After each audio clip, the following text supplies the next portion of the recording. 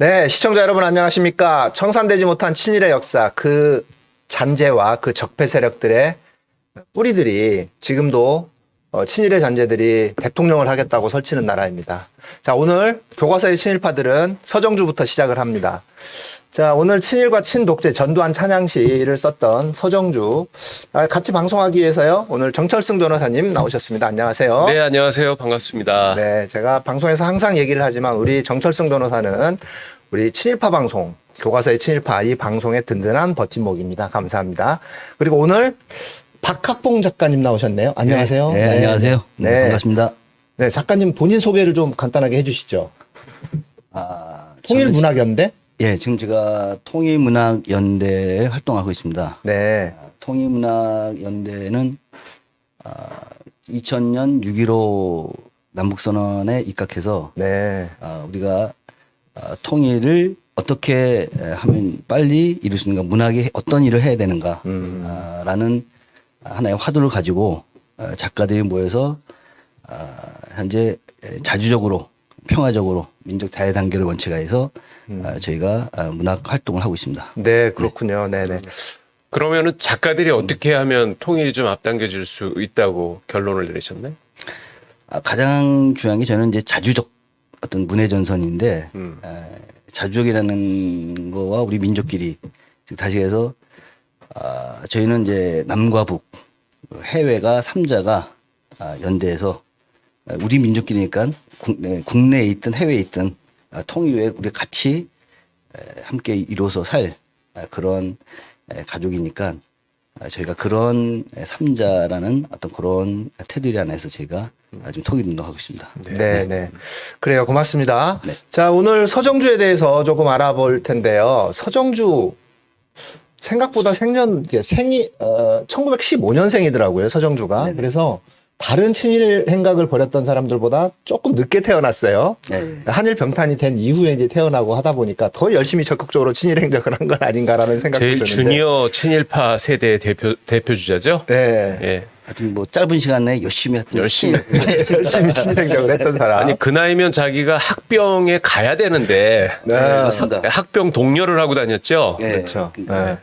그래서 본인은 이제 결국은 학병을 가지 않았죠. 안 갔죠? 학병을 안 가고 자기 동료의 그러니까 본인 또래의 친구들을 다 학병으로 보냈던 아주 간악한 친일파였습니다.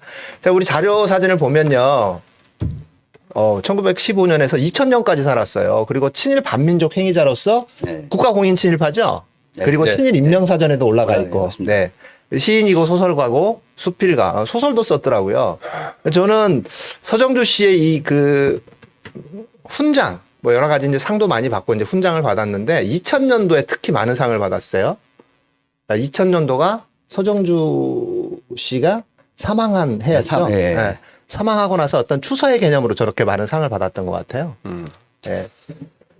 그래서 뭐 금관 문화훈장, 그 다음에 대한민국 예술원상, 이거는 제가 대한민국 예술원 그 회원들을 보니까 이게 이 회원되는 자격도 굉장히 까다롭더라고요. 예, 예. 그리고 자격도 까다로운데 이게 사실은 종신회원까지 가는 건 더 까다로운 것 같아요. 근데 서정주 씨는 대한민국 예술원의 종신회원이라고. 네, 초대 회원, 처음 초대 회원이었고 예. 그 문제가 좀 많아갖고 반대가 좀 심했습니다. 아, 그래요. 예. 그래서 이제 굉장히 많은 또 훈포장을 받았어요. 이렇게 정말 많은 훈포장을 받았고, 친일 행정만 한 게 아니라 또 독재에 부역했던 그런 사실들도 굉장히 많은 것 같아요. 자, 서정주가 이제 문단에 등단하게 된 어떤 시기나 어떤 작품이나 뭐 이런 걸 좀 소개를 해 주시죠. 공식적으로는 저기 1936년도에 네. 동아일보의 벽이라는 그 작품을 통해서 등단한 걸로 지금 나와 있는데 네.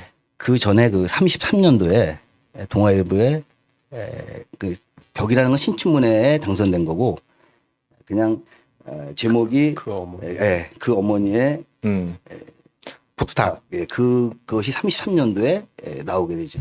1933년도면 15년생이니까 20살 20살도 안 된 20살도 안 전이죠. 18살이네요. 네. 18살. 18살에 문단에 데뷔한 사람이에요. 그러니까 굉장히 어떤 그 문학적 감수성은 좀 재능이 있는 사람이죠. 예. 분명히 그런 어떤 재능은 있었던 것 같은데 그 예. 또 재능 또한 너무 과대포장됐다는 그런 얘기도 또 있어요. 그 얘기는 좀 이따가 예, 예. 좀 하시기로 하고요. 예, 예. 자, 서정주가 구체적으로 좀 어떤 인물이었는지 출생이랄지 교육이랄지 뭐 창씨개명이랄지 이런 부분들에 대해서도 설명을 좀 해주시죠. 네. 서정주는 바스시로 시조라는 창씨 개명을 하고 아, 1915년에 고창 출신이죠. 고창 출신이고 그 전북 부안의 줄포 초등학교를 6년 동안 다녀야 되는데 5년 만에 졸업했다고 합니다. 5년 만에 졸업하고 그 다음에 이제 중앙고보 서울의 경성의 중앙고보로 가고 그때 1930년도에 서중주는 광주학생운동 기념식이 있었어요. 거기 주도했다는 하나로 이제 구속이 되는데 이제 검거가 되는데 어린 나이에 이제 검거됐기 때문에 이제 풀려났죠. 그러고 나서 고창 보통고보에 들어가게 돼요. 거기서 이제 자진 뭐랄까 중태? 중퇴를 하게 되죠. 네. 공고 중퇴를 하게 되죠. 이제. 그리고 나중에 그 누굴 만나냐면 그 이제 박한영이라는 대종사를 만나요. 네. 그분을 통해서 지금 현재 그 동국대학교 전신인 중앙불교 전문학교 거기에서 수학을 하게 되죠. 대종사라면은 원불교 아닌가요? 그 이번 스님 원각사 스님이거든요. 그러니까 그 네. 중앙불교 대학이 원각사에 있었거든요. 그러니까 이제 네. 어떤 유명한 스님을 만나서 대종사 그러니까 예. 보통 대종사라면 이제 불교에서 원불교에서 얘기하더라고요. 네. 근데 이제 나오는 자료에 의하면 이제 스님, 스님 그러니까 중앙 불교대학 거기에 전문학교에서 있었기 때문에 그때 아마 그분이 스님을 통해서 서정주가 지금 동국대학교 전신인 중앙불교 전문학교에서 수학을 하고 그런데 이제 승려가 됐다라는 기록은 없습니다. 없죠. 네. 그러니까 수학은 거기서 했죠. 그러니까 공부를 한 거지. 불교를 그냥 공부로서 했군요. 네. 그러니까 그분의 시에 보면 불교 인연설인가 불교에 가깝게 많이 접하게 되죠. 시 내용에서. 그러니까 불교 신자에 좀 가까운 어떤 그런 그렇죠. 사람이다라고 네. 보면 되겠네요. 네. 예, 불교의 어떤 종교인은 아니었던 것 같고요. 예. 그 서정주가 쓴 어떤 시나 어떤 그 여러 가지 그 시집들도 많이 있잖아요. 네네. 보면 이제 저도 이렇게 찾아보니까 자료 사진을 보면 저기 맨 처음에 쓴 게 이제 화사집이죠. 예. 화사집이었고 그다음에 이제 귀촉도도 썼고요. 그다음에 신라초, 예. 동천, 또 질맞의 신화 뭐 이런 또 여러 가지 또 시집을 되게 많이 냈어요. 예. 그리고 또 서울로 가는 달처럼 뭐 이런 글도 썼고요. 이런 시집도 냈고 굉장히 좀 문학적으로는 어쨌든 재능이 있었던 사람이었던 것만큼은 분명한 것 같아요. 근데 예. 그럼에도 불구하고 우리가 문학적인 재능이 있었다고 해서 그 사람의 모든 친일행적이나 이런 부분들이 또 용서받을 수는 없는 거잖아요. 네. 예, 그 부분은 또 우리가 반드시 단죄를 하고 가야 되는 또 시대적인 사명이 좀 있는 것 같고요. 서정주의 작품 세계를 조금 먼저 볼 필요가 있을 것 같아요. 그러니까 우리가 공과에 대해서는 또 분명히 얘기를 좀 해야 되기 때문에 무조건 과오만 얘기를 하다 보면 또 우리가 공격을 당할 수가 있어요. 그래서 자 먼저 또 공에 대해서도 분명히 얘기를 좀 할 필요가 있을 것 같은데 서정주의 작품 가장 많이 알려진 게 국화협회서잖아요. 예. 국화협회서는 사실 우리가 되게 학교 다닐 때도 많이 막 달달 외우고 뭐 그런 시였잖아요. 네. 뭐 한 송이의 국화꽃을 피우기 위해 뭐 봄부터 서쪽새는 그렇게 울었나 보다 뭐 이런. 아유, 뭐 그냥 쫙 나오시네요. 공부를 열심히 많이 해. 역시 이 작가님은. 네. 근데 지금도 그 시가 교과서에 있나 모르겠네요. 삭제됐습니다. 예? 삭제됐습니다. 없어졌습니다. 없어졌죠. 예. 예, 그죠. 이게 이제 국가에서 지정한 친일파가 친일파이기 됐는데 때문에. 친일 반민족 행위자가 됐으니까 없겠죠. 네. 근데 참 화가 나는 게 그런 자가 그런 참 그 아름답다고 할까요? 그런 훌륭한 시를 썼다라는 게 그게 더 화가 나요. 네. 그래서 뭐 가령 그 우리가 사랑하는 시인들이 몇 분 더 계시지 않습니까? 만약에 김소월 시인조차도 네. 그런 친일 반민족 행위자로 지정이 되는 일이 벌어졌다면 그건 대단히 슬픈 일일 것 같아요. 그렇죠. 예. 근데 다행히 김소월 시인은 그런 건 없죠. 예, 없습니다. 네. 그러니까 국가협회서라는 이 시를 보면요, 이게 1947년도에 쓴 시라고 이제 그렇게 돼 있는데 여기 좀 자료 사진 좀 띄워주세요. 한송이 국화꽃, 저 국화꽃을 47년도에 쓰여진 저 시의 국화꽃을 이승만이라고 해석하는 사람들이 있어요. 일부 그렇게 해석을 하는 사람들이 있더라고요. 또 일부에서는 또 천황을 얘기했다. 네. 라고 일본 황실을 상징하는 예, 예, 꽃이 예. 국화꽃이니까요. 네. 문장이 거기 타게 돼 황실의 문장에 그 국화가 예. 있으니까. 네네. 아니 그런데 이게 그 47년이라면은 이제 해방 해방 이후. 이후인데 네. 저 때도 자기의 이제 친일 전력 때문에 서정주가 많이 좀 곤욕을 치르고 눈치를 보고 다녔다고 해요. 네. 그런데 이제 그런 시기에 설마 이제 그 천황을 생각하면서 시를 썼을까는 싶긴 합니다. 네. 네. 근데 뭐 서정주가 결국 자기가 얘기했지만 이렇게 일찍 끝날 줄 몰랐던 식민지가 저도 200년은 갈 줄 알았다. 100년, 200년은 몇백 년은 갈 거라고 몇백 생각을 년 했는데 네, 너무 빨리 끝난 거예요. 저시에 보면 아쉬움이 있겠죠. 아직도 자기는 일제 그 강점기에서 작가로서 활동하는 게 아닌가라는 착각을 익힐 정도.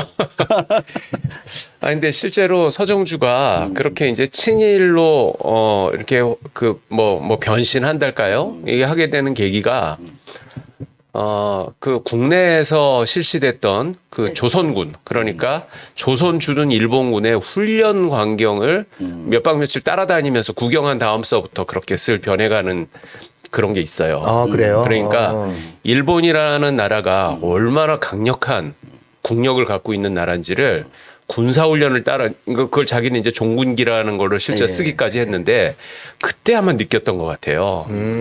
어마어마하죠. 실제로 또 민간인이 군대 훈련 실전을 방불케 하는 훈련을 보면 압도돼 버리거든요. 그러니까 이제 그 뭐 무슨 광주 학생의거 뭐 기념식 뭐 그걸 주도하고 하는 좀 어렸을 때는 약간 이제 낭만적인 그런 민족주의 이런 것도 이제 있다가 그 지식인의 어떤 나약한 심성이 있는 거죠. 압도적인 무력 앞에서 그냥 본인이 갈아타 버리는 거겠죠. 그럴 수도 있을 것 같아요. 당시에 워낙 친일파들이 이제 중일 전쟁에서 일본이 이긴 거를 확인을 하고 실제로 그 당시에 그 시점에서 친일파로 전향한 사람들이 굉장히 많잖아요. 그렇죠. 네, 네. 그러니까 중국이 일본한테 깨질 줄은 몰랐다. 그러면서 정말 많은 친일파들이 이제 양성이 된 거죠. 중일 전쟁을 계기로 태어나게 된 거예요. 맞아요. 그런 부분들이 좀 있어요. 자, 자화상이라는 좀 시를 볼게요. 자화상이라는 시에 보면 저게 이제 첫 머리에 애비는 종이었다라는 저게 나오잖아요. 근데 유명한 문구죠. 네, 굉장히 유명한 문구인데 저 종이었다라는 게 지금 누구의 종이었냐면 인천 김성수의 말음이었어요. 네, 아버지가. 아버지가 그렇죠. 인천 김성수의 말음이었는데 여기서 우리가 말음이라는 신분을 정확하게 이해를 해야 돼요. 말음이 구체적으로 뭐 종이라고 표현할 수도 있어요. 근데 하지만 소장농을 관리하는 중간 관리자였어요. 그럼요. 맞습니다. 소장농을 관리하는 중간 관리자였기 때문에 정말 여기에서 시적인 언어의 종과 실질적인 그 행위로서의 그 종, 말음의 역할은 분명히 전 다르다고 봐요. 그러니까 우리 아버지는 신분이 비천했다라는 얘기를 시를 통해서 그렇게 표현을 했지만 사실상 그렇게 비천한 신분은 아니었다라는 거죠. 원래 말음은 그 지주들보다도 훨씬 악질적으로 권력이 더 강했던. 소장민들 위에 이제 군림을 했었던 그런 사람들이 많았죠. 네네. 그래서 만약에 이제 자화상이라는 시의 첫 구절이 아비는 마름이었다. 이러면 시가 되지 않았을 거예요. 그럼요. 근데 이제 그 얘기 많더라고요. 이제 그 실제로 그 서정주가 태어난 집과 인천 김성수 집이 뭐 거리가 멀지 않거든요. 네. 지금도 기념관이 그 시 문학관이 있고 부안에 그 좀 떨어진 곳에 지금 인천 생가가 있는데 마름 그 동네 상반된 게 뭐냐면 마름 인천 김성수는 상당히 잘했다 소장농한테 그 마름도 그 역할을 했다 라는 하나의 평이 있고 네. 또 직접 들어서 보면은 상당히 악실적이었다. 이렇게 상반적인 상반되는 평가가 있다. 있더라고요. 그러니까는 일단 마름이라는 역할은 그 주인에 따라서 그 역할에 따라서 약간 차이는 있다. 그러니까 주인이 악독하면 마름도 더 악질이다. 악독해질 수밖에 없지. 근데 그게 꼭 그렇지도 않은 게요. 마름은 그 자체 역할이 악역일 수밖에 없어요. 그리고 옛날에 이제 우리나라 소작 제도가 불합리했기 때문에 굉장히 많이 가져갔거든요, 지주가. 그거는 착한 지주라는 말은 사실 약간 그 모순 형용 비슷한 겁니다. 그런데 이제 다만 지주 자체가 그냥 바로 소작농들한테 뭐 이렇게 그냥 심하게 대하고 하는 사람이 있고 그냥 겉으로는 점잖게 하지만 마름을 통해 가지고 그걸 하는 지주가 있고 그런 차이는 있었겠죠. 그러니까 좀 미화하는 측면도 있겠으니까 인천 김성수도 친일파고 서정 친일파니까 고창의 어떤 지역적 그 특성, 그 문화의 어떤 그러니까 관광 이런 거에 의해서 약간의 어떤 과대 평가하는 건 있겠죠. 네. 그 부분에서는. 네네. 그럴 수 있겠네요. 자, 그리고 이제 계속해서 이 자화상이라는 좀 시를 보면요. 23해 동안 나를 키운 건 파라리 바람이다. 이 파라리 바람이라는 거, 이것도 굉장히 유명한 저 시어잖아요. 예. 저건 신운이 감도는 그렇지 않습니까? 그렇죠. 네, 파라리 바람이다. 네. 저게 이제 바람이라는 게 이제 고통이랄지 이런 거, 고통이나 고난, 나는 정말 고통과 고난 속에서 성장을 했다. 뭐 이런 의미로서 이제 많이 표현이 되는 거고. 근데 어쨌든 맨 마지막에 저기 보면 나는 아무것도 뉘우치진 않으련다.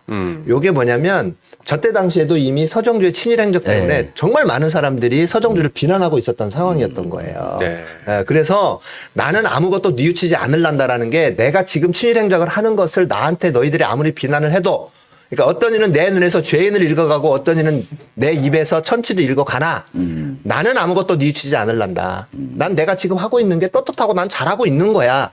라는 것을 스스로 고백하는 거잖아요. 그죠. 그러니까 이거를 제대로 이해를 해야 되는데 이 그냥 단지 아름다운 시어 이런 것만을 놓고 본다면 이게 서정주를 제대로 이해하지 못하는 거예요. 네. 그죠. 저 좀 못된 시군요.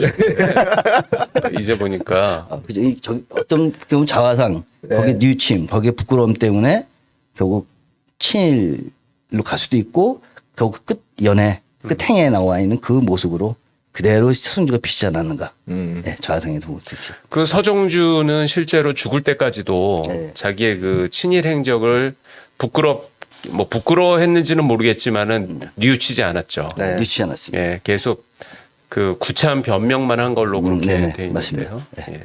그 영화 암살인가요? 그 이정재가 주인공으로 나왔던 영화가 있었죠. 네. 예, 그 일제시대 그 관련된 영화. 악당으로 나왔죠. 네, 이정재가 이제 경찰이다가 아무튼 그런 악당으로 나왔었던. 그래서 이정재가 재판정에서 이제 했던 얘기. 누가 광복될 줄 알았나? 그 얘기를 이정재가 예, 영화에서 하잖아요. 사실은 그 얘기를 서정주가 했던 얘기라고 합니다. 그게 반민특위 재판에서 서정주가 모든 친일파들이 그 말을 했어요. 네. 맞습니다. 예, 그럴 줄 몰랐다고. 네, 그럴 줄 몰랐다. 네. 근데 그게 나쁜 놈들인 거죠. 예, 그럴 줄 알았으면 안 했겠지. 이게 말이 되는 소리입니까, 그게? 맞아요. 예. 제가 개인적으로 또 좋아하는 사실 서정주가 친일파였다라는 걸 우리는 모르고 성장을 했잖아요. 네. 고등학교 때도. 그리고 저희가 이제 그 국가협에서는 우리가 국어 시간에 배웠지만 현대문학 시간에 배웠던 시 중에 하나가 귀척도라는 시가 있었어요. 근데 귀척도라는 시를 저는 너무 좋아했어요. 서정주가 친일파라는 사실을 몰랐을 때였기 때문에 그래서 이 귀척도가 첫 문장에서 눈물 아롱아롱이라는 그 시어가 나오거든요. 네. 그래서 이거 좀 보여주세요. 눈물 아롱아롱이라는 이거를 딱 우리 국어 선생님이 그때 당시에 딱 읽어주시는데 정말 제 눈가에 이슬이 맺혔어요. 너무 좋아가지고. 감동하셔가지고. 너무 좋아갖고 이 시가. 예, 피리 불고 가시님의 뭐 밟으신 길은 진달래 꽃 피우는 서역 산만리 뭐 이런 이런 시였는데 참 너무 좋았던 기억이 나요. 저희가 배울 때. 예. 그러니까 이제 제가 이 방송의 타이틀을 교과서의 친일파들이라고 명명을 한 게 그거예요. 학교 다닐 때 정말 애국지사인 줄 알았는데 나중에 보니 우리는 친일파의 시를 배우고 친일파의 작품을 배워서 너무 억울해가지고 이 방송을 제가 그렇게 해서 만든 거거든요. 네. 너무 화가 나는 거죠. 이 방송하다 보면 항상 화가 나요. 제가 일부러 화를 돋구려고 이 방송을 준비하는 거 아닌가라는 생각도 들어요. 요 친일파 방송을 하면서 교과서의 친일파들 방송을 하면서 네. 담담하게 전혀 감정에 동요 없이 방송을 하는 사람은 그 사람이 이상한 사람. 아까 말씀하셨지만 그 서정주의 시가 참 아름답거든요. 네. 그 김지아 시인이 말을 했어요. 그 서정주의 시에 작게 단평을 했는데 그 말이 뭐냐면 미당의 시는 아름답기는 하나 참 소름이 끼칠 정도로 눈물이 나고 단 가슴이 떨리는 감동은 없다라고 짤막하게 김지아 시인이 단평을 했어요. 아마 그 아롱아롱 네네네. 그런 편들 우리의 언어, 우리의 고유어라든가 방언 이거는 잘 살렸지만 실질적으로 가슴이 떨리는 이런 감동은 감동은 없다. 아마 그 표현이 적절한 것 같아요. 네. 서정주가 가입한 어떤 문인 단체나 소속 단체 같은 게 있었나요, 당시에? 공식으로는 지금 없더라고요. 공식으로. 시인 부락을 오장원과 같이 한 거에는 네, 뭐 이렇게 특별히 보이는 건 없습니다. 없었고. 그러니까 이제 예를 들면 뭐 그런 얘기가 있죠. 뭐 독고다이. 그런 식으로 지금 활동을 했다 이제 이거죠. 그러니까 누구랑 같이 연합해서 활동을 하면 본인이 적극적인 친일 행적을 벌일 수가 없었기 때문에 아마 독단적으로 그런 어떤 친일 행적을 한 거 아닌가라는 생각도 드네요. 그래서 이제 나중에 이제 친권력과 가까워지는 이렇게 이런 걸로 이제 서정주가 가게 되죠. 네. 그런데 이제 서정주의 나이나 네. 아니면 그 사람의 출신이나 아니면 교육 뭐 이런 걸 봤을 때 무슨 단체에 가입했다 하더라도 서정주가 주도적으로 활동하기는 어려웠을 거예요. 그랬을 것 같아요. 예, 나이 그냥 때문에도 그랬고. 뭐 거의 막내로 그냥 심부름 정도나 할 수밖에 없었을 것이니까 서정주 같은 자가 만약에 친일파로 이렇게 주목받을 어떤 그런 활동을 하기 위해서는 혼자 할 수밖에 없었겠죠. 그리고 본인이 그냥 혼자 개인적으로 글을 써서 뭐 어디에다 투고를 하고 뭐 이런 식으로요. 네, 네. 서정주가 어떤 이제 작품은 이제 우리가 조금 이따 다시 보기로 하고 네. 그 작품 이외에 어떤 친일 행적이나 이런 부분들은 뭐가 있을까요? 대표적인 게 지금 서정주는 11편의 글을 쓰게 돼요. 네. 평론, 시, 뭐 르보 아까 말씀드렸지만 최재서랑 같이 김제평야에서 조선군이 추계 훈련을 받고 있을 때 네. 가갖고 쓴 르보 형식의 글이라든가 수필이라든가 또 평론 가장 처음이 첫 번째 41년도에 친일로 들어서는 시의 이야기라는 글이 있어요. 네. 그 시가 노골적으로 작가들이 어떻게 해야 되는가. 작가들이 예. 어떻게 친일 행적을 그치, 해야 뭐 되는가 그런 거예요? 어려운 이제 한 거지. 네. 이야기니까. 그러면서 이제 본격적으로 이제 친일에 들어서는데, 그러니까 직접 글 쓴 게 친일에 대해서 그러니까 문장으로 표현한 게 모두 11편 이렇게 지금 나와 있습니다. 역시 뭐 서정주 같은 경우에도 다른 시인들, 다른 어떤 친일파들과 마찬가지로 어떤 강단이나 강연이나 이런 걸 통해서 뭐 네, 많이 했습니다. 예, 네. 징용이랄지 징병, 이런 지원병, 것들, 뭐 네, 그런 얘기도 많이 했던 네, 거죠. 근데 네. 주로 작품을 통해서 이제 표현을 했던 거고, 네, 네. 예, 그렇게 보면 될 것 같아요. 네. 자, 그러면 서정주의 이제 그 친일 행적에 관련된 그런 작품 목록을 좀 봐야 될 것 같아요. 네네. 네. 이거 뭐 대표적인 건 이제 몇 편인데 이게 뭐 시의 이야기 이게 매일신보에 네, 네. 이제 나온 거고요. 그 다음에 징병 정령기의 아들을 둔 조선의 춘추 어머니에게, 그 다음에 인보의 정신, 뭐 20살 된 벗에게, 항공일에 여기서 이제 항공일이라는 게 항공일이라는 어떤 기념일이 있었나 봐요. 기념일에 네. 쓴 시. 네, 그 다음에 최체부의 군속 지원, 뭐 이런 헌시, 그 다음에 경성사단 대연습 종군기, 그 다음에 보도행, 그 다음에 또 무제라는 또 시가 있어요. 네. 많은 시인들이 또 사실 무제라는 제목을 또 좋아하기는 해요. 네. 예, 예. 그 다음에, 오장송가, 마스의 오장송가, 또 그런 시도 썼죠. 자. 이런 작품들을 통해서 서정주가 정말 많은 이제 친일 행적을 이제 벌였다는 거죠. 그러니까 네네. 공식적으로는 사실 1942년이라고 이렇게 되어 있긴 하지만 그 전부터 이미 친일 행적은 많이 보였던 거죠. 네. 네. 네. 자, 아까 말씀하셨던 시의 이야기. 네, 시의 이야기가 요게 이제 시인들에게 앞으로 어떤 행적을 통해서 우리 시인들이 친일을 할 것인가. 뭐 요런 얘기인 거잖아요. 네. 여기 보면 이제 아래쪽에 보면 중간 아래쪽에 보면 시인은 모름지기 이 기회에 부족한 실력대로도 좋으니 중국의 고전에서 비롯하여 황국의 전적들과 반도의 옛것들을 고루 섭렵하는 총명을 가져야 할 것이다. 이런 얘기가 있어요. 네. 네. 노골적으로 이제 친일로 그렇죠. 가는 거죠. 지금. 네. 그런데 이제 저게 굉장히 유명한 거죠. 네. 그 서정주의 말하자면은 시가 관. 늘 이제 국민이라는 말이 나오는데 저 국민은 황국민을 의미하는 네, 거죠. 네. 근데 여기 보면은 재밌는 게 그 춘원 이광수보다는 그래도 서정주가 좀 그 친일의 강도가 덜했다라는 느낌이 드는 것이 네. 맨 마지막 시인은 모름지기 뭐 해갖고 뭐 중국의 고전을 비롯해서 황국의 전적들과 반도의 옛것들을 고루 섭렵하는 총명을 가져야 된다. 근데 춘원 이광수는 뭐라고 말했냐면 황국민화가 된다라는 것은 일본 것을 받아들이고 조선 것을 버리는 것이라고 얘기했거든요.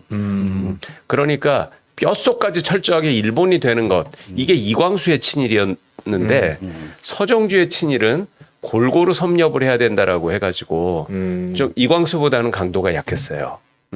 그럼에도 불구하고 그 서정주는 그 굉장히 노골적으로 뭐 예컨대 무슨 그 오장송가라고 하는 것은 우리나라 최초의 그 까미까제 대원이었었던 그 조선인 출신 그 사람을 찬양하는 임재웅이라는 분명히 임재웅. 임재웅. 그 사람 뭐 그게 어떻게 됐어요? 그 사람 죽었겠죠? 아니 저기 포로로 잡혔다가 네. 다시 돌아와요. 죽지 않고. 그랬습니까? 그러면 혹시 그 전쟁 후에 해방 후에 행적은요? 전혀 뭐 없죠. 마스터이 오장을 말하는 오장 거죠? 예, 그분이 가미가제 네. 그 특공대에 그거를 이제 거기 나가라. 네. 이제 그 글인데 결국 나중에 죽지 않고 네. 돌아오게. 그 얘기는 조금 이따가 이제 다시 나오니까요. 나옵니까? 예, 다시 또 얘기를 하도록 하고요. 그다음에 서정주가 쓴 소설 중에 최초부의 군속지망이라는 소설이 있어요. 예. 근데 이 소설을 그 보면 최초의 소설이죠, 그거. 그 최시성을 가진 우체부라는 뜻이죠, 최체부가. 예, 맞습니다. 예. 근데 요 소설을 좀 볼게요. 잠깐 이제 결말 부분이거든요. 조광이라는 잡지에 나온 소설이었는데 덴노 헤이카 반자 이게 항상 되게 유명한 말이잖아요. 천황폐하 만세. 하고 큰 획으로 맨 처음 줄을 아로새긴 밑에 신문지를 두 쪽에 낸 것만 한 백로지 위에 탄원의 문구가 가득히 쓰여 있었다. 자, 지성이면 감천이라고 최체부의 소원, 이게 아까 말씀드린 대로 최시성을 가진 우체부, 최체부의 소원은 마침내 관계 관원들을 울린 바 있어서 그의 버신 해리면 사무소에 가네무라군과 같이 얼마 후에 두 사람은 군속이 되어 먼 남녘나라로 떠났다. 그 요 밑에가 정말 압권인데 최체부는 떠날 때부터 꼭꼭 그의 집에 돈을 붙여 집안은 자 전보다 살기에 궁색지 않았고. 그러니까 이제 이 사람이 저기를 갔다는 거죠. 징병. 전쟁에 참여를 했다는 거예요. 전쟁에 참여를 하고 난 이후에 집에 꼭 돈을 붙여서 전보다 살기가 더 좋아졌다는 거예요. 그리고 마을 사람들의 끝없는 호의와 존경을 받고 어머니도 손자를 따라 아침 해가 떠오를 때면 규조 요아이, 궁성요배를 하는 갸륵한 습성이 생겼다. 이런. 정말 지금 봐도 너무 소름이 돋을 정도로 정말 잔인한 이 소설인 거예요. 너무 끔찍한 소설인 거예요. 네. 저 내용은 이제 결국 전쟁에 참여했을 때 우리 조선 사람은 부와 명예를 같이 얻을 수 있다는 이거를 이제 내세운 거지 지금. 자, 그리고 이제 그 서정주가 또 쓴 글이에요. 이게 소설이라고 봐야 될지 아니 소설은 아니고 수필이라고 봐야 될지 뭐 잡문이죠, 잡문. 네. 이게 20살 된 버대개라는 글이 있어요. 자, 이보단 앞서서 이미 우리들의 선배의 지원병들은 우리들의 것이요. 동시에 천황폐하의 것인 그 붉은 피로써 우리들 앞에 모범을 보여 우리들의 나아갈 길을 보여주었습니다. 야스쿠니 신사의 영령이 된 한 사람의 이인석 상등병의 피는 절대로 헛되이 흘려져 버리고 말 성질의 것은 아닙니다. 뭐 이런 또 글이 있어요. 가나움이 뭐 땅에 흘려진 피는 또한 늘 귀 있는 자를 향하여 외치는 것이라는 것도 총명한 그대는 잘 알 것입니다. 그래서 이제 지원병들 계속해서 일본 그 지원병으로 참여를 해라. 뭐 이런 얘기인 거죠. 예, 예. 젊은이들을 계속 내모는 거지. 예. 전쟁터로 내몰기 위해서 쓴 글이죠. 저게 이제 1943년도에 쓴 글이죠. 예. 그러면 서정주가 15년생이니까 이제 자기는 28살이에요. 네.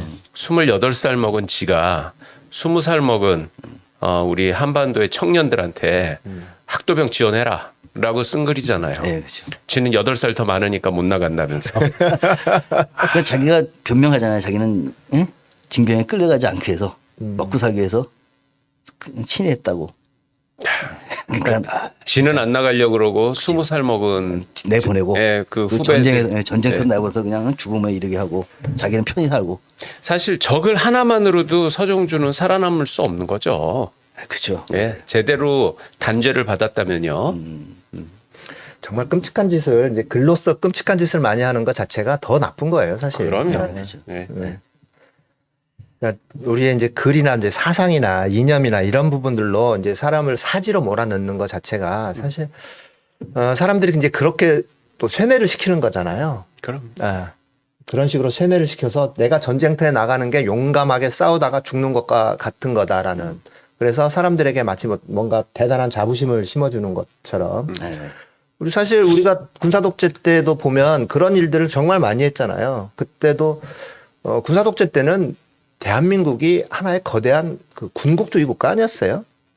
그렇죠. 박정희 전두환 때, 노태우 때까지도 사실 그런 어떤 거대한 군국주의 국가였고, 그래서 군가를 틀어줬어요. 저희 학교 다닐 때. 그 기억나세요, 정 변호사님?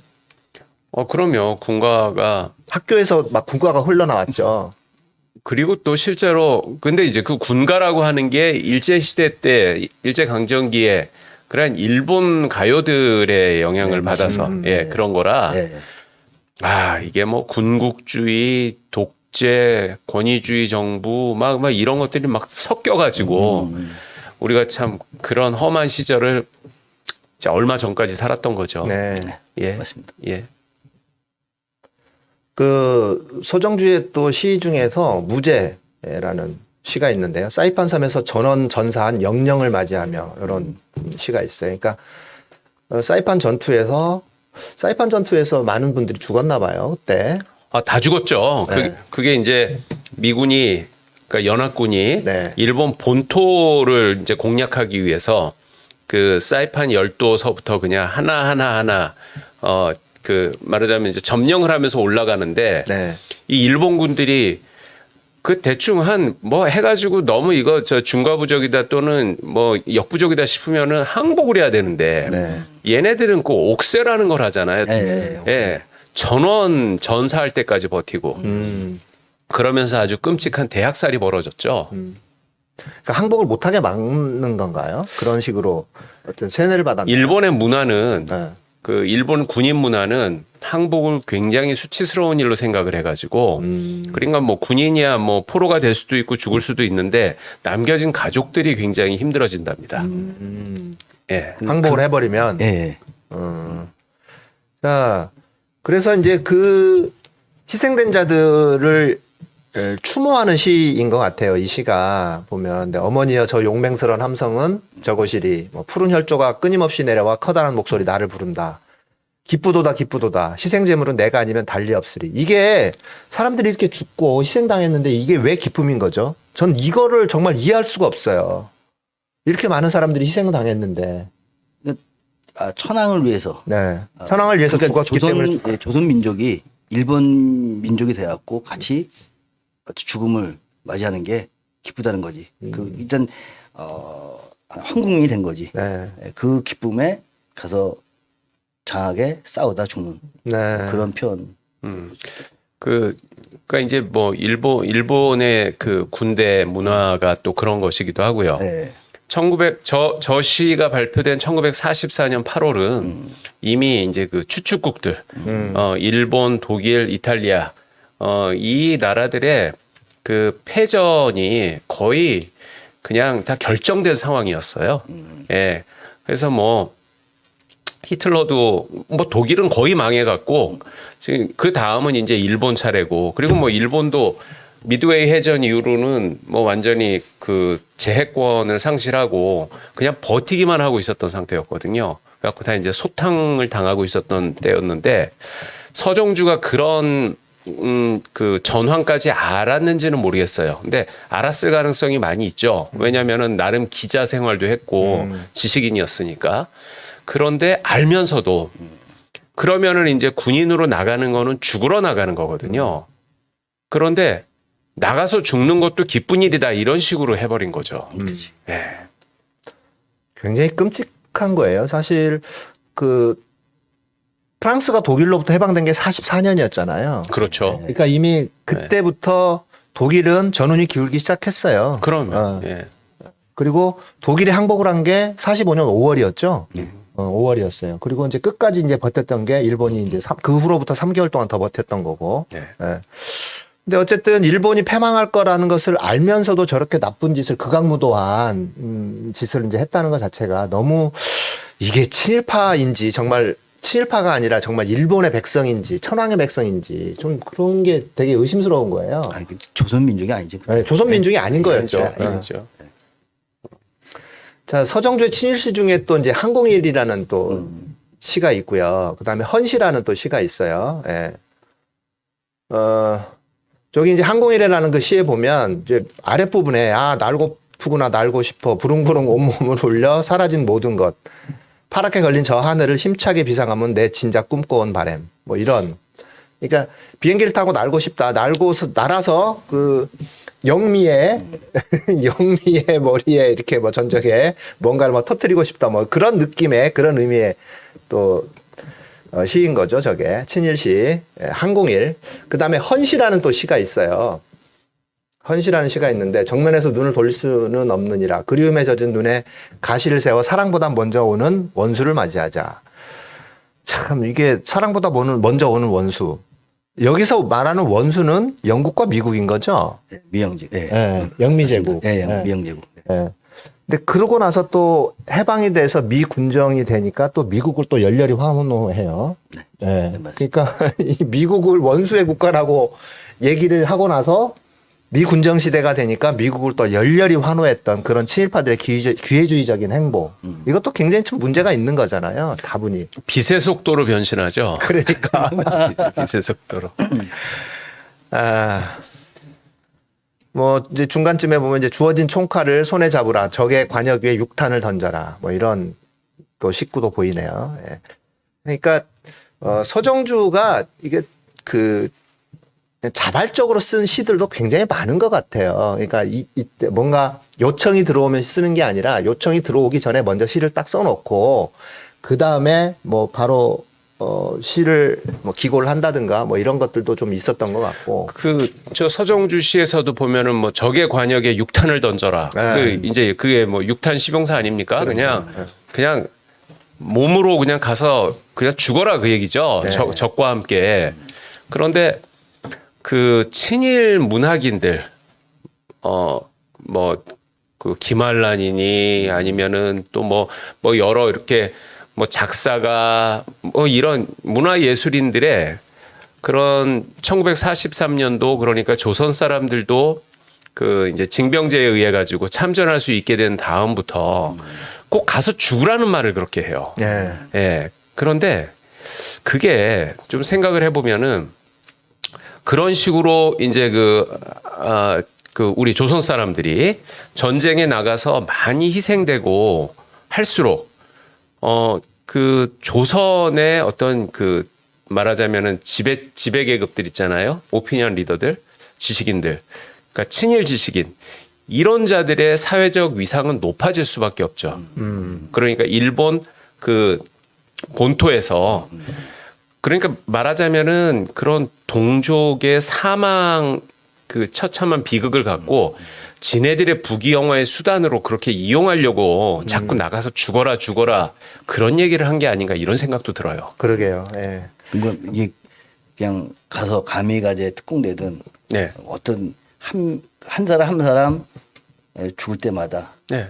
그 결국 뭘로 쌓이네. 그 명예나 뭐 지신들에게 특히 시인들에게 쌓이네. 그게. 그 자기네들이 그렇게 그치. 부추겨서 그렇게 열심히 싸웠다. 뭐 이따위 소리 할 거 아니에요. 네. 야, 이거 무서운 얘기인데 그거 진짜. 그럼요. 네. 얼마나 식민자의 지신들의 그 진짜 부끄러운 이유. 그거 진짜 그건 청산될 문제가 아니라, 야, 이건 우리가 진짜 어떻게 하든 그 문제만은 아마 제대로 잡아야 지금 현재의 통일까지도 우리 같이 가지 않을까. 그게 해결되지 않으면 더 무서운 일이 더 벌어질 것 같아요. 그럼요. 그러니까 이제 네. 드골이 이제 해방된 후에 와가지고 언론인 지식인들을 제일 먼저 아주 무겁게 처단해 버렸잖아요. 네. 네. 그러니까 그들의 죄가 가장 크기 때문에 그런 거죠. 네. 그 아까 이제 잠깐 얘기했던 오장 마스이 송가라는 좀 시를 볼게요. 이게 오장 마스이 이게 오장이라는 게 군대 계급을 말하는 거죠. 예, 하사. 하사? 우리는 하사 계급. 네. 그러니까 이제 뭐 5명 중에 그 제일 선임을 오장이라고 보통 그렇게 하는데 네, 그렇군요. 아주 말단 자, 오장 마스이. 그러니까 이제 마스이라는 이름을 가진 하사관을 말하는 거예요. 그러니까 오장 마스이 송가. 이 사람이 이제 죽었다고 하면서 그러니까 이제 총독부가 이 사람이 죽었기 때문에 이 사람에 관련된 시를 써라, 작품을 써라 해가지고 이게 서정주만 쓴 게 아니라 또 노천명도 이 시를 썼어요. 이 관련된 시를 썼어요. 저희가 이제 다음번에 이제 노천명을 또 다루기는 하겠지만 자, 그래서 이제 마스이 히데오 그대는 우리의 가미가제 특별 공격대원 뭐.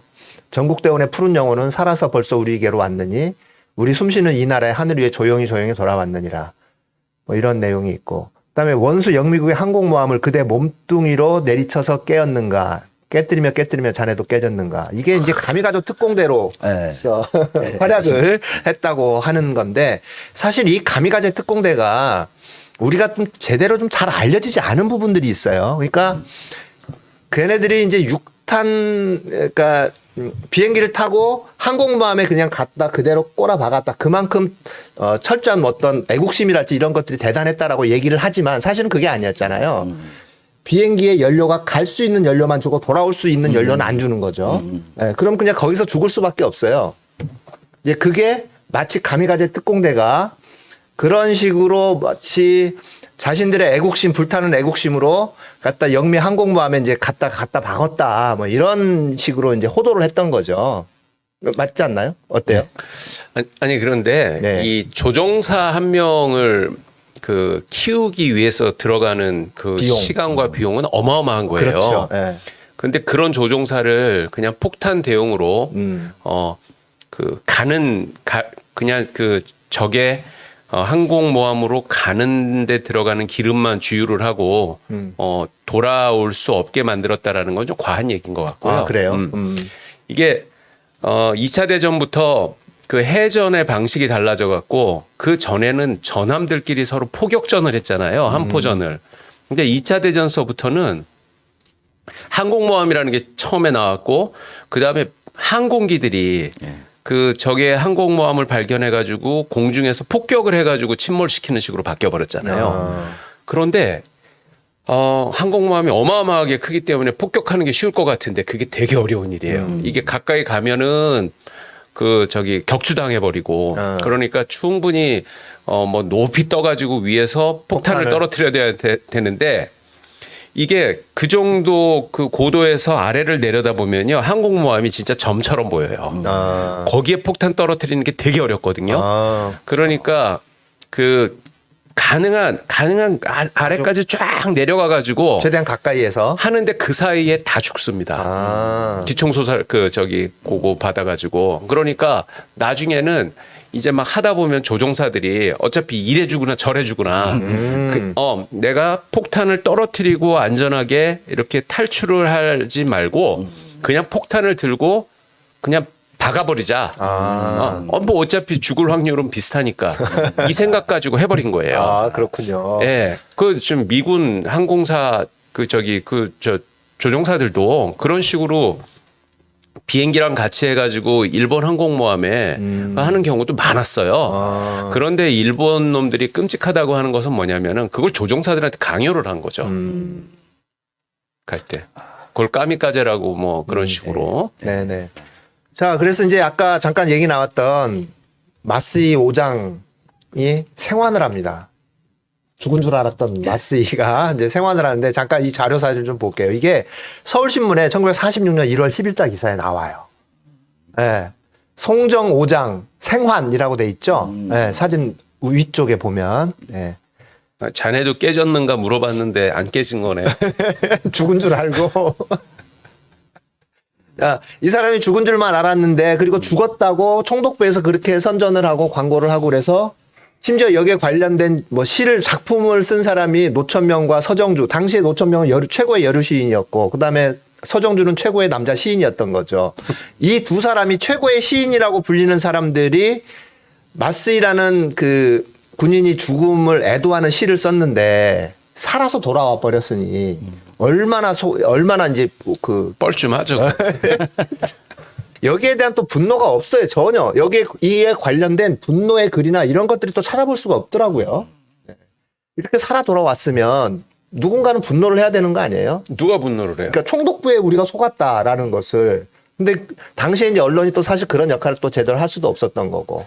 아니 근데 뭐 죽은 줄 알았던 사람이 살아 돌아왔으니까 그건 기본 일이다 생각을 했겠죠. 기본이다, 다행이다. 자, 이 서정주가요. 이게 사실 이제 일제가 그 해방이 되고 자신은 친일파라고 얘기를 하는 것을 사실 인정을 하지 않은 그런 글이 나와요. 그게 예, 종천 순일파라고 이렇게 표현을 해요. 서정주가. 그게 이제 파라리 바람이라는 서정주의 책에 이제 그런 내용들이 나오거든요. 종천 순일파. 자, 이게 이제 어떤 내용이냐면 그러나 이 무렵에 나를 친일파라고 부르는 데에는 이의가 있다. 친하다는 것은 사타구니와 사타구니가 서로 친하듯 하는 뭐 그런 것도 있어야만 할 것인데 내게는 그런 것은 전혀 없었으니 말이다. 부일파라는 말도 있긴 하지만 거기에도 나는 해당되지 않는 걸로 안다. 일본에 바짝 다붙어 사는 걸로 이익을 노리자면 끈적끈적 잘 다붙는 무얼 가졌어야 했을 것인데 나는 내가 해준 일이 싼 월급을 받은 외에 그런 끈끈한 걸로 다붙어 보려고 한 일은 단 한 번도 없었기 때문이다. 그러니까 자기가 친일의 대가로 뭔가 이렇게 받은 게 별로 없었다. 뭐 그런 얘기잖아요.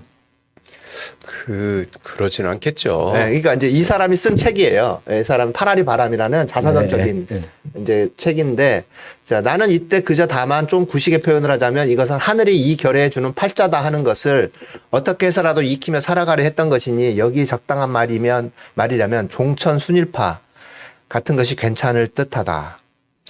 네, 이런 식으로 친일하는 것도 하늘의 뜻이었다. 그렇죠. 네, 그런 표현을 하는 거죠. 이때 일본식으로 창씨개명까지 하지 않을 수 없었던 우리 다수 동포 속 또 다수는 아마도 나와 의견이 같으실 듯하다. 그러니까 자신의 친일 행각을 다분히 합리화시키는 어떤 이제 이런 글을 발표를 한 거죠. 예. 그래놓고 맨 마지막에는 다수 동포 또는 다수 그러니까 다 했다 그 얘기하는 거죠. 예. 창씨개명하지 않은 그런 사람이 어디냐? 네. 다 창씨개명하면 다 친일 분자가 친일하는 거 아니냐? 이렇게까지 그 얘기잖아요. 그러니까 네네. 자기의 어떤 죄상 잘못을 그냥 남들도 다 했다 이런 식으로. 네, 맞습니다. 그러니까 얼마나 비열하고 비겁한 사람입니까? 그렇죠. 예. 그러니까 내가 친일한 것에 대해서 그것만 간성하게. 얘기를 하면 되는데 네. 다른 우리 다수 동포까지 다 끌어들여가지고 그거를 다 물타기를 해버리는 거죠. 자신의 친일 행적을.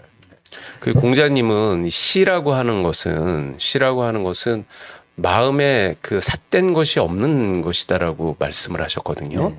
그러니까 시인의 마음은 굉장히 맑고 고다야 되는 게 원칙이에요. 그래야 좋은 시가 나오는데 어떻게 저런 비겁하고 비열하고 굽어버린 그런 마음을 가진 자가 이런 시를 쓸 수 있었는지 저는 그 공자님 말씀이 틀렸나 싶기도 하고 어떻게 생각하십니까? 그러니까 체념한 거지. 일단 어떤 그 무길승기 지세. 지금처럼 어떤 하늘의 뜻에 따라서 친일 행적. 친했다는 거. 이거 자체를 그냥 체념하고 그냥 자기를 포기한 거지. 그래서 저거는 글이 나오지. 그렇지 않고 진짜 민족을 살리겠다. 뭐 이렇게 뭔가 있다면 저는 글을 못 쓰지. 그러니까 하나의 이미 친일했다는 게 아니라 자기의 신념화 된 거지. 네. 신념화 된 거지. 신념이 된 거지. 그러니까 내가 굉장히 그 잘못된 일을 하고 있다라는 그건 그런 모르는 거지. 양심의 가책이라도 있었으면 그치. 저런 글이 나올 수가 없는 건데 네. 그게 더 나쁜 놈인 거죠, 저게 아주. 예. 또 이제 해방이 되고 난 이후에 이제 독재에 또 부역을 하기 시작하죠. 네. 그 기회주의자니까. 네. 그러니까 이승만에 이제 또 부역을 하는데 이승만에 이제 부역한 그 부분으로 뭐냐면 맨 처음에 이승만에 대한 전기를 써요. 이승만 박사전이라는 책을 쓰는데 이게 1949년도에 이승만 전기를 쓰는데 제가 아까 국학꽃을 이승만이라고 그렇게 해석을 하는 사람들이 있더라고요. 당시에 부역을 이미 여기 이승만 박사전이라는 전기를 쓴 게 1949년이지만 아까 국화협회서라는 쓰는 그 시는 1947년도에 쓴 시란 말이에요. 근데 그때부터 이미 이승만하고 굉장히 친해지면서 이승만에 관한 글을 쓰기 시작했다는 거죠. 그러면서 이게 국화꽃이 이승만을 상징하는 거다라고 해석을 하는 그런 국어학자들이 있더라고요. 그런 학자들이 좀 있어요. 근데 자, 이승만을 제대로 기록하려면 뭐가 필요하냐면 자료 사진을 보면요. 우남 이승만 전이라고 저기 이제 저기 자료 사진은 1995년도에 쓴 유남 전기예요. 이승만 전기예요. 95년도에 쓴 건데 반드시 아니 서정주가 이승만 전기를 썼어요. 95년도에요. 예. 죽기 5년 전에. 그렇죠. 예. 죽기 5년 전에 이승만 전기를 썼고요. 그다음에 49년도에 쓴 거를 저기 이제 그 개정 증보 뭐 그런 식으로 이제 한 거죠. 여기 49년도에 나와 있는 박사전은 판매 금지 시켰잖아요. 아, 그래요? 네. 왜냐면 저기 그 경칭을 쓰지 않았다 해갖고 판매 금지 시켰어요. 이승만이. 그 아마 그게 그래갖고 95년도에 그걸 다시 보완했고 수정본으로. 아니 그 이승만한테 판매 금지를 당한 거예요? 네. 오, 이거 정말 놀라운 일인데요. 근데 고작 그 이유가 경칭. 그냥 이승만 전이라고만 했다고. 네, 이승만 그- 박사전도 네, 아니고. 네, 그 경칭 때문에 네. 이승만이 판매 금지 시켰어요. 아, 그런 거야. 그래갖고 못하고 이제 90 다시 나온 거지. 그 쓴 놈이나 금지시킨 놈이나 진짜 난영난제네요. 아니 그러면은 뒤에 박사 하나 붙여주면 되지. 이승만 박사전이라고. 그 나중에 박사 붙였잖아요. 나중에 붙인 거예요. 박사전이라는 네, 거를. 그 처음에는 이승만 전 경칭을 안 썼다고. 아니 그 지한테도 흑역사일 건데 그거를 95년도에 다시 그 개정판을 낸 건 또 뭐예요? 그러니까 이제 개정판을 냈는데 이때 자신이 그 해방 정국에서 그리고 이승만 정부에서 초대 문공부 문화예술과장을 했어요. 네. 네. 네, 그 맞습니다. 서정주가 네. 이게 아무튼 문화예술과장을 하면서 이승만의 어떤 철저하게 이제 부역을 했던 것들이 있고 그다음에 이승만에 관련된 기록을 굉장히 많이 정리를 했다 그래요. 그러면서 요때 이승만 관련된 그러니까 이 그 전기가 나오고 난 이후에도 계속해서 이승만에 관련된 어떤 글을 기록을 했었고 본인이 어떤 그런 기록물을 갖고 있었던 상황에서 95년도에 이 책을 자신이 갖고 있던 기록을 바탕으로 만든 거죠, 이 책을. 근데 이게 제대로 기록을 하려면 반드시 있어야 되는 게 세 가지. 뭐냐면 친일 청산을 방해했던 것에 대한 기록이 있어야 돼요. 그다음에 독재자로서의 행보 그것도 있어야 돼요. 자료 사진 보여주세요. 그다음에 3.15 부정선거와 4.19 유혈 진압에 대한 얘기가 있어야 돼요. 근데 이런 부분들이 다 빠져 있다는 거죠. 그러니까 이승만에 대한 과오가 과오에 대해서는 얘기를 하지 않고 그다음에 공에 대해서만 이제 다분히 많이 이제 얘기를 했다는 그런 부분들이 있는 거죠. 이제 그런 거 전이라고 붙이면 안 되죠. 그건 송이라고 해야죠. 송. 징송. 네. 박정희에게도 또 부역을 했던 뭐 그런 부분들이 있다고는 하는데 박정희에 대해서 부역했던 거는 사실 정확하게 잘 나오지는 않아요. 근데 박정희의 어떤 쿠데타를 찬양했던 그런 부분들의 글이 있다고는 해요. 그리고 또 하나는 뭐냐면 박정희가 월남 파병한 것에 대해서 칭송했던 뭐 그런 글이 있다고 하는데 그 부분은 제가 찾지를 못했어요. 근데 그런 글이 있다고는 하더라고요. 그것도 이제 그 박정희랑 가까워지려고. 네. 그러니까 그때 61년도에 신라초가 나와요. 아, 시집이 네네. 그게 바로 군사구태 때 이후거든요. 5.16 이후. 그러니까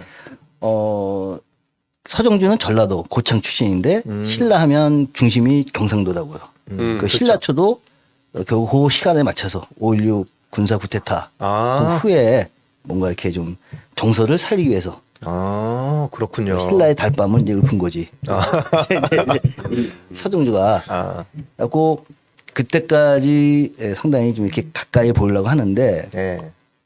그 박정희는 누구 택했냐면 박목을 택했어요. 그래요. 네, 팽당한 거지 이제. 서정도 팽당한 거야. 그래서 그 월남 파병에 대한 젊은이들에게 월남 파병 베트남을 가자. 그 시를 이제 쓰게 돼요. 그러니까 그래서 박목월이 나중에 유경수 평성까지 쓰거든요. 아, 그랬군요. 네. 서정주가 이제 박정희, 그러니까 항상 이게 친독재, 반공 이데올로기를, 그러니까 서정주는 과거 이제 해방 46년도에 그 카프 문학을 중심했던 작가들이 조선 문학가 동맹을 만드는데 거기에 반대해갖고 조선 청년 문학가 협회를 만들어요. 네. 그러니까 그런 식으로 어떤 친권력, 친독재 요 가까워지려고 노력하다가 이승만과 가까워지고 또 박정희와 가까워지고 노력했는데 안 되니까 이제 가서 베트남 가자라는 시도 쓰고 이제 나중에 이제 방구한테 뺏기지. 근데 뭐 그 내가 박정희였어도 비슷한 생각을 했을 거예요. 그 일본군 장교 출신인 박정희가 그 똑같은 그런 친일 그 전력, 그 오점이 있는 서정주하고 가까이 있고 싶겠어요. 차라리 박목월 시인은 그래도 평이 깨끗하니까 당연히 그렇게 하겠지. 그나마, 예. 그러니까 이제 박정희한테는 일방적으로 구애만 하다가 실패하고 전두환한테 그렇게 그렇죠. 그렇죠. 그랬던 거군요. 네. 보통 이제 우리가 서정주에 대해서 많이 알고 있는 전두환 찬양시를 많이 알고 있잖아요. 근데 사실은 전두환 찬양시를 쓰기 전에 서정주가 대통령 선거인단 선거라는 게 있었잖아요. 그러니까 81년도에 81년도 2월 달 그러니까 전두환이가 대통령을 두 번을 한 건 아시죠? 네. 11대 12대. 그러니까 11대 때는 유신헌법 하에서 대통령을 통일주체 국민회의 거기를 통해서 대통령이 됐고 그다음에 12대는 자신이 개헌을 해서 대통령 선거인단 선거를 통해서 대통령이 되잖아요. 그 대통령 선거인단 선거에 서정주가 지지연설을 해요. 맞아요. 네. 지지연설했죠. 이 부분은 많이 알려지지 않은 부분이더라고요. 근데 이 지지연설에 관련된 신문 기사가 또 몇 개가 있어요. 이걸 좀 찾아봤어요. 예. 자, 보시면 동아일보, 경향신문, 매일경제에 서정주 관련된 기사가 나옵니다. 근데 시인 서정주 씨가 서정주 지지 연설을 했다라는 것을 이 언론에서는 다 보도를 해요. 시인 서정주 해가지고 제가 빨간색으로 이제 표시를 해놨죠. 시인 서정주. 네. 예. 그래서 온갖 찬양의 글을 다 씁니다. 여기에.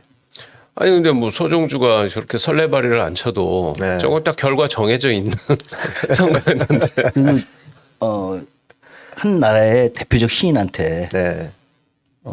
뭐 칭송하기는 뭐 당군의 최대 시인이라고 하는데 그런 시인한테 적어도 명문 쓰잖아.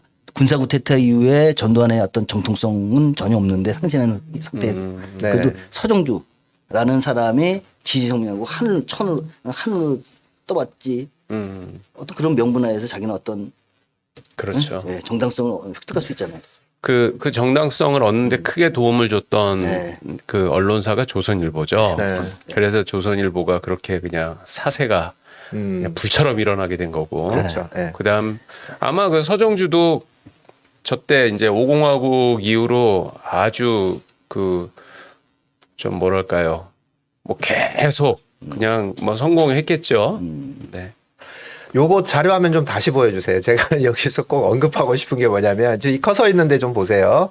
네, 여기 보면 하나님이나 당군 할아버지가 그 웃음을 내려다 보았다면 같은 웃음으로 호응했을 것이다. 그러니까 전두환의 웃음이 하나님이나 당군 할아버지의 웃음이라는 거예요. 이게 이런 표현을 어떻게 쓸 수가 있는지 전 너무 황당한 어디 거. 동아일보 예, 동아일보 기사예요. 하나님이나 당군 할아버지의 웃음이라는 거죠. 전두환의 웃음이. 이해를 할 수가 없어요, 도대체가. 예. 서정주가 저때 전두환의 만행, 광주 만행을 몰랐을까요?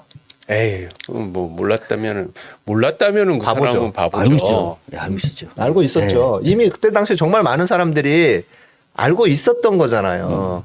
예. 근데 이제 그런 것들을 보도를 하지 못하게 언론을 통해서 막았고, 그 다음에 언론을 막았다고 하더라도 사람들의 입이 막혀 있는 건 아니니까 입과 입을 통해서 계속해서 흘러갔을 건데, 서정주도 분명히 듣고 알고 있었을 텐데, 어떻게 당군 할아버지 하나님의 미소를 전두환의 미소하고 비교를 할 수 있는 건지 너무 황당한 거죠. 저때 81년이면은 서정주가 60대 중반이겠네요. 네. 그때 전두환은 나이가 채 50이 안 됐거든요. 40대 후반 정도였어요. 49, 50, 그때였어요. 예. 그러니까 말하자면 저 시인은 서정주는 자기보다 뭐 한 15살 아래 네. 뭐 그 정도면은 이제 우리나라는 숙질간이라고 하죠. 자기 삼촌. 조카 조카 뻘 삼촌. 되는 네. 그 쿠데타 그 주모자를 네. 할아버지 미소라고 알랑알랑한 거죠. 아, 진짜 저 어떻게 저렇게 사람이 그 낯이 두꺼울 수가 있는지 모르겠어요. 우리가 이제 많이 알고 있는 전두환 대통령 각하 56개 탄신일에 드리는 송시라는 이제 부제가 붙은 네, 전두환 찬양시 좀 볼게요. 처음으로 한강을 넓고 깊고 또 맑게 만드시니여 뭐 이렇게 시작을 해요. 이 나라 역사의 흐름도 그렇게만 하시니여 뭐 이 결에 영원한 찬양을 두고두고 받으소서. 새 맑은 나라의 새로운 햇빛처럼 님은 온갖 불의와 혼란의 어둠을 씻고 참된 자유와 평화의 번영을 마련하셨나니 잘 사는 이 나라를 만들기 위해서는 모든 물가부터 바로잡으시어 뭐 어쩌고 저쩌고 뭐 하는 예. 이 나라가 통일하여 홍기할 발판을 이루시고 뭐 쉼없이 진취하여 세계에 웅비하는 이 민족의 민족 기상의 모범이 되신 분이요. 이게 와, 대한민국에서 쓸 수 있는 온갖 미사 여구와 좋은 말은 다 갖다 붙였어요. 거기에 전두환한테. 저런 글을 보니까 네. 그런 생각이 돼요. 어떤 그 추악한 삶, 뭐 작가든 일단 손주 작가니까 시인이니까 네. 그 추악한 삶 속에 아름다운 글이 나올 수 없다는 거. 예? 저런 글이 어떻게 나올 수 있는가? 네. 그 삶 자체가 반영 아닌가? 그 진짜 부끄러운 삶, 추악한 삶, 그 삶 속에서 나오는 글이 그리고 저기 송시죠 저게. 네. 축시. 축시? 예. 송씨. 예. 그 제가 아까 그랬잖아요. 이승만 송. 전이 아니라 송이라고 해야 된다고. 근데 사실 저거는 시인이 칭송하네. 아니라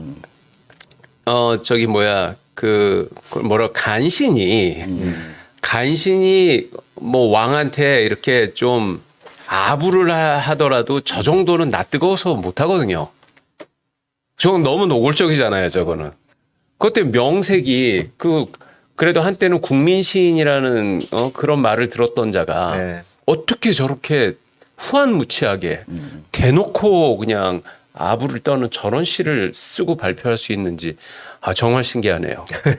저게 87년 1월 달에 아마 네. 예, 발표한 시인 것 같아요. 예. 저 시수 나서 그 전두환으로부터 많은 후사를 받아왔고 네. 뭐 문학정신이라든가 이런 책을 만들어갖고 결국 그 좌우 대립 네네. 논리 이런 논리를 생산하지. 그러니까 이제 문학 쪽에서 보면 또 우파 논리를 서정주가 만들어내지. 그러니까 서정주는 친독재 과거에 친일도 했지만 권력지향적 그러니까 친독재와 가까워지면서 자기가 얻은 그 부로 명화 통해서 문학정신이라는 걸 만들어내고 거기서 결국 반공 이데올로기를 생산하게 되는. 반공 이데올로기까지 만듭니까? 그러니까 결국 어떤 그 이승만 때도 마찬가지고 그 권력에 붙었다는 거는 결국 어떤 형태로 가야 되는가, 작가가 어떤 길을 가야 되는가는 선택적이잖아요. 네. 그러니까 이승만한테 붙어갖고 뭐 청년 문학가 협회를 만들었다든가 이것도 결국 아주 좌파 쪽에서 얘기한 조선 문학가 동맹과 적대적 관계를 갖기 위해서 한 거고 또 박정희 때도 마찬가지고 전두환 때도 마찬가지고 그 형태로 그대로 나타난 거죠. 네. 그렇게. 서정주가 2000년도에 사망을 했잖아요. 네. 그럼 서정주가 죽을 때 당시에 분위기는 좀 어땠어요?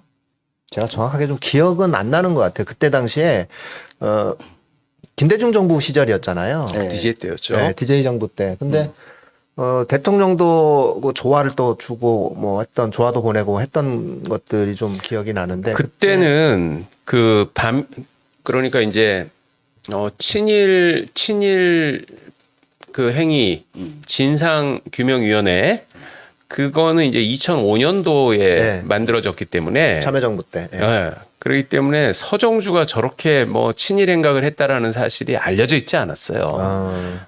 그리고 저 때는 아마 서정주의 명성이 최고였겠죠. 그 뭐 교과서에도 그렇게 시가 많이 나오고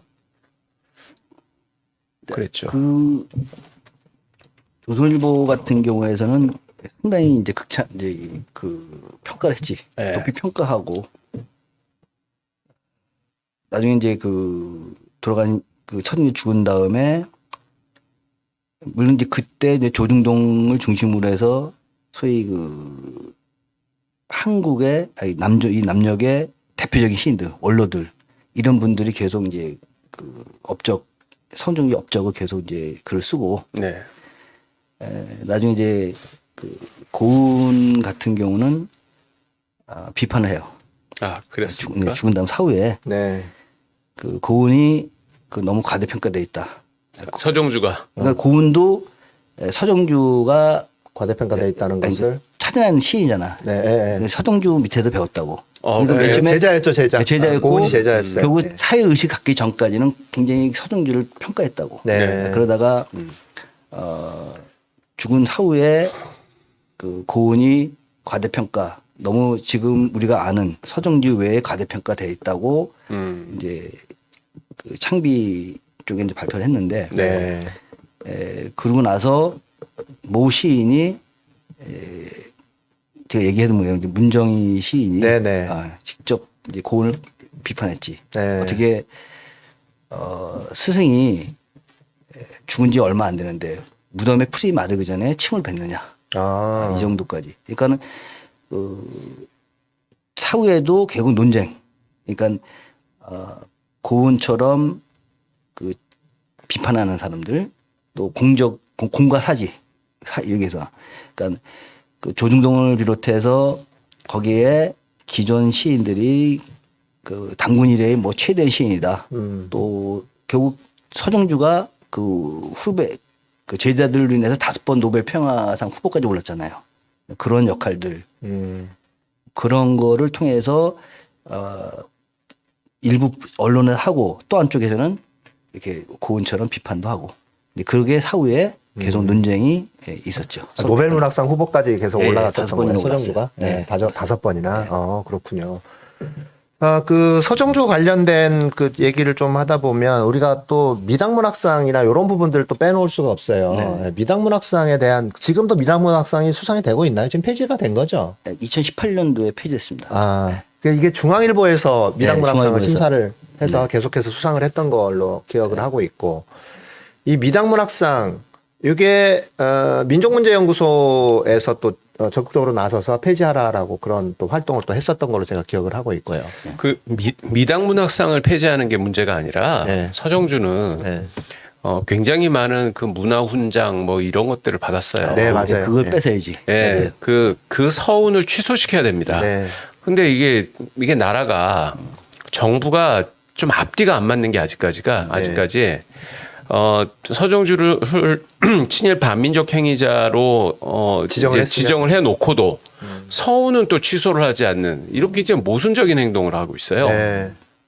이게 굉장히 안타깝죠. 네, 굉장히 이게 좀 문제가 있는 거고, 어쨌든 이제 우리 시민사회단체에서는 미당문학상을 폐지하라라는 그런 활동을 계속해서 했었고, 그래서 2018년도부터는 이제 수상을 안 했던 걸로 기억을 하고 있고, 그 다음에 2017년도인가요? 송경동 시인이 아마 미당문학상 후보에서 후보에 올라가서 미당문학상 수상자로 이렇게 발표가 됐는데 송경동 시인이 거부를 했어요. 거부해버렸죠? 거부를 해버렸어요. 근데 이게 상금이 무려 3천만 원이에요. 상금이 무려 3천만 원짜리인데 이 상금을 포기를 한 거죠. 이 친일파의 이름으로 수상하는 그 상에 내 이름을 올리고 싶지 않다. 내 이름이 더럽혀진 그러니까 내 이름이 올라가면 그곳에 올라가면 내 이름이 더럽혀질까봐 두렵다라는 그런 글을 남겼었죠. 그리고 참 대단하신 분이에요, 이게. 그래서 여기 좀 자료 사진을 보면요, 이게 사당역 6번 출구에 서정주 시비가 지금도 있나 봐요. 네. 아, 그래요? 예. 그쪽 그 전두환한테 서정주가 얘기해갖고 그 예수인촌이 형성됐잖아. 예술마을이 사당역 그 남태영 쪽에. 그래갖고 그래서 지금 서정주 시비가 지금도 네. 저쪽에 지금 아직까지도 좀 있는 것 같고, 그 저 시비를 철거하지 못한다면 옆에 좀 안내석이라도 좀 놔야 되지 않을까 싶어요. 이 사람은 국가공인 친일파라는 그런 안내 표지라도 안내석이라도 좀 반드시 좀 설치를 해야 되는 거 아니냐, 이런 부분도 좀 필요할 것 같아요. 그게 이제 단제비를 서야 단제비. 단죄비, 예. 단죄비 그런 거. 그러니까 이제 친일 그 규명법 네. 뭐 그런 법이 이게 좀 미비된 법이라는 뜻이에요. 그래서 친일 반미적 행위자로 지정을 하고 발표를 했으면 그러면은 이제 그 사람들한테 어떤 식으로 조처를 해야 되는지가 나와 있어야 되잖아요. 네. 그 가장 기본적인 게 뭐냐면은 그 친일파로 지정된 사람들 보면은 막 사방에 동상도 있고 네, 뭐 저런 식으로 시비도 있고 막 이러거든요. 그거를 전부 철거하게 하든가 네. 아니면은 그게 어려우면 이 사람은 어디든지 요 친일 반미적 행위자로 지정됐다는 사실이 반드시 옆에 병기되도록 해야 한다든가 네. 이런 게 있어야 돼요. 그 지금이라도 그 법을 제정을 하든지 개정을 하든지 해서 네, 해야 돼요. 시행을 해야 됩니다. 네, 네, 지금 맞습니다. 그 서정주 시비는 많이 철거가 됐어요. 그렇군요. 네. 부천, 춘천, 태안 아. 이쪽에 동상은 거의 없고 네. 시비는 많이 철거됐어요. 네. 네. 미당 시문학관이라는 게 지금 고창인가요? 부안인가요? 여기 미당 시문학관이라는 게 이제 폐교를 갖고서 문학관이 만들어졌어요. 이게 2000년인가요? 서정주 죽은 사후 1년 후인가 아마 그게 만들어졌는데 여기에 너무 이제 서정주를 미화시키고 칭송하고 하는 것들이 이제 너무 많다 보니까 이 부분에 대해서 민족문제연구소하고 태평양 전쟁 유족회에서 친일 친독재 작품 병행 전시를 하라고 계속해서 요구를 했던 거죠. 현재 네. 돼 있습니다. 현재는. 예. 그래서 여기 좀 자료 사진 보여주세요. 그래서 2006년부터 문학관 안에 친일 작품과 전두환 생일 축시 이걸 또 같이 지금 전시를 하고 있다 그래요. 네. 그나마 이렇게라도 반영이 됐다는 것 자체는 나름대로 고무적인 것 같아요. 이게 지금 폐교를 만든 거거든요. 폐교를 시문학관으로 만든 거예요. 네. 이게 정읍인가요? 정읍인가 부안인가? 고창이에요. 예. 고향에 했겠죠. 네. 자, 이제 이런 부분들이 있어요. 그래서 우리가 친일파들에 대해서 그들이 아무리 뛰어나고 훌륭한 업적을 했다고 하더라도 이들의 과오에 대해서는 분명히 우리가 지적을 하고 넘어가야 된다. 그런 취지에서 이제 오늘 방송을 저희가 했습니다. 자, 오늘 서정주 방송 여기까지인데요. 오늘 끝으로 하실 말씀 우리 정철수 변호사님 한마디 좀 해주시죠. 네. 충분히 알려져 있지 않습니다. 네. 그 앞으로 이런 우리 생활에 곳곳에 스며 있는 그런 그 친일 인사들 이 사람들의 잘못을 좀 분명하게 더 알리고 그리고 그 사실이 공식적으로 네. 기록이 남아야 된다라고 생각합니다. 네. 그래요. 고맙습니다. 우리 박학홍 작가님도 한 말씀 해주시죠. 이 서정주에 대해서. 지금 서정주에 대해서 서정주뿐만 아니라 친일 문학에 대해서 네. 아까 말씀드린 민족문학연구소 네. 하나의 민족문학 연구회가 있고 그다음에 한국작가회의의 자유실천위원회가 있습니다. 아. 두 단체에서 현재 계속 지속적으로 친일 문인에 대해서 작업을 하고 있습니다. 뭐 작품을 계속 낸다든가 작품은 이제 알리는 거죠. 네. 그러니까 이런 작가들이 이런 작품을 썼다라는 걸 계속 알리고 그다음에 지금 현재 조선일보에서 하고 있는 뭐 동인문학상 네. 페이지라든가 또 계속 세미나도 하고 집회도 가지면서 지속적으로 지금 친일문학에 대한 청산 이걸 계속 지금 하고 있습니다. 네네. 제가 서정주나 기타 친일문학에 대한 이런 관점에서 봤을 때 결국 친일 청산이 이루어지지 않았기 때문에 현재 우리가 당하는 이러한 과거에 우리 민중이 겪었던 피와 눈물 그대로 지금 현재 우리가 안고 있고 이것이 깨끗이 청산되는 날 우리 진정한 독립과 네. 통일이 다가오지 않을까. 네. 빠른 시일 내에 친일 청산되기를 바라고 있습니다. 네네. 그래요. 고맙습니다. 오늘 저 친일파 서정주에 대해서 방송을 함께 여러분들과 함께 이제 얘기를 나눴습니다. 자, 다음 시간에는요, 저희가 이광수 최남순에 대해서 좀 다뤄볼 텐데요. 다음 시간도 많이 시청해 주시고요. 오늘 방송은 여기서 마치겠습니다. 고맙습니다. 고맙습니다. 고맙습니다.